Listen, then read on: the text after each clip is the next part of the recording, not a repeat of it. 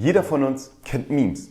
Genau, diese Fotos oder Karikaturen mit satirischen Inhalten. Laut Wikipedia ist ein Meme ein kreativ geschaffener Bewusstseinsinhalt, der sich unter Menschen verbreitet. Diese sind in der Regel humoristisch und aufheiternd oder eben satirisch und in manchen Fällen sogar gesellschaftskritisch. Soweit, so gut.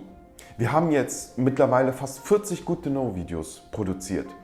Was uns dabei aufgefallen ist, dass wir Sachen, mit denen wir alltäglich zu tun haben, in der Regel wissenschaftlich fundiert sind. Schauen wir uns also die Wissenschaft der Memes an. Wann immer Gewohnheiten, Fähigkeiten, Ereignisse, Geschichten oder Lieder in jeglicher Form von Information an eine andere Person übertragen wird, sprechen wir von Memen. Memen sind Gedankeneinheiten. Das heißt, im Grunde genommen, die Idee eines Memes und die Kommunikation dessen ist in ihrem Ursprung selbst ein Meme. Eigentlich ist jede wissenschaftliche Theorie ein Meme. Der Grundgedanke des Memes entwickelte sich aus den Theorien des universellen Darwinismus. Diese besagt, dass immer, wenn Informationen verändert werden, übertragen werden oder speziell ausgewählt werden, wir von einer Art Evolution sprechen. Der bekannteste Replikator von Information ist das Gen. 1976 behauptete Richard Dawkins, dass die bestehende Kultur eine Art Meme ist, da sie aus unterschiedlichen Arten von Replikatoren besteht. Diese Replikatoren nannte er eben Meme.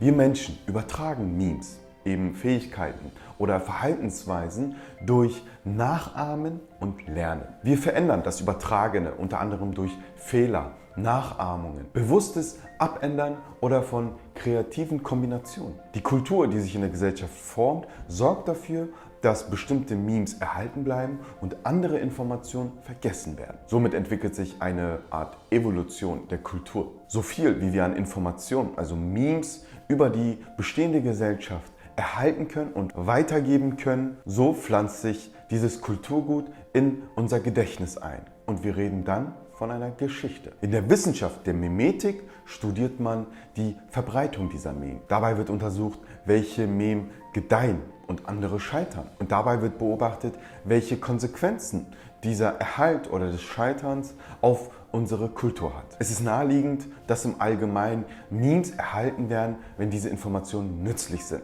Beispielsweise aus dem Finanzsektor, aus der Musikbranche, aus der Wissenschaft, Medizin, Kunst und Kultur. Wiederum andere breiten sich aus wie ein Virus, unabhängig davon, ob sie nützlich sind oder nicht. Sie verbreiten sich sehr stark und schnell. Auf Social Media beschreiben wir dieses Phänomen als viral. Dabei spielt es halt eben keine Rolle, ob diese Informationen nutzlos sind oder schädlich sind.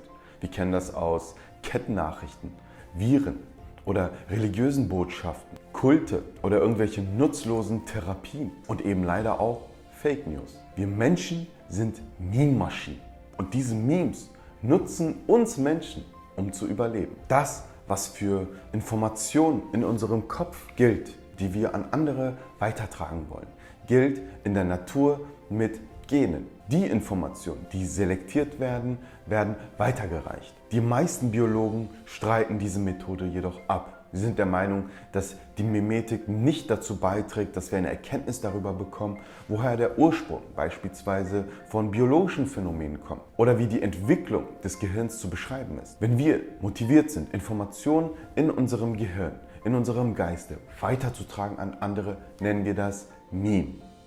Wenn Maschinen das auf technologischer Basis übernehmen, nennen wir das Themen. Und die Kritik an der Memetik ist in der Regel angstbehaftet, weil dieses Schema übernommen an die technologische Entwicklung, an die Weitertragung von Daten in Form von Themen, macht uns Menschen einfach nur nutzlos.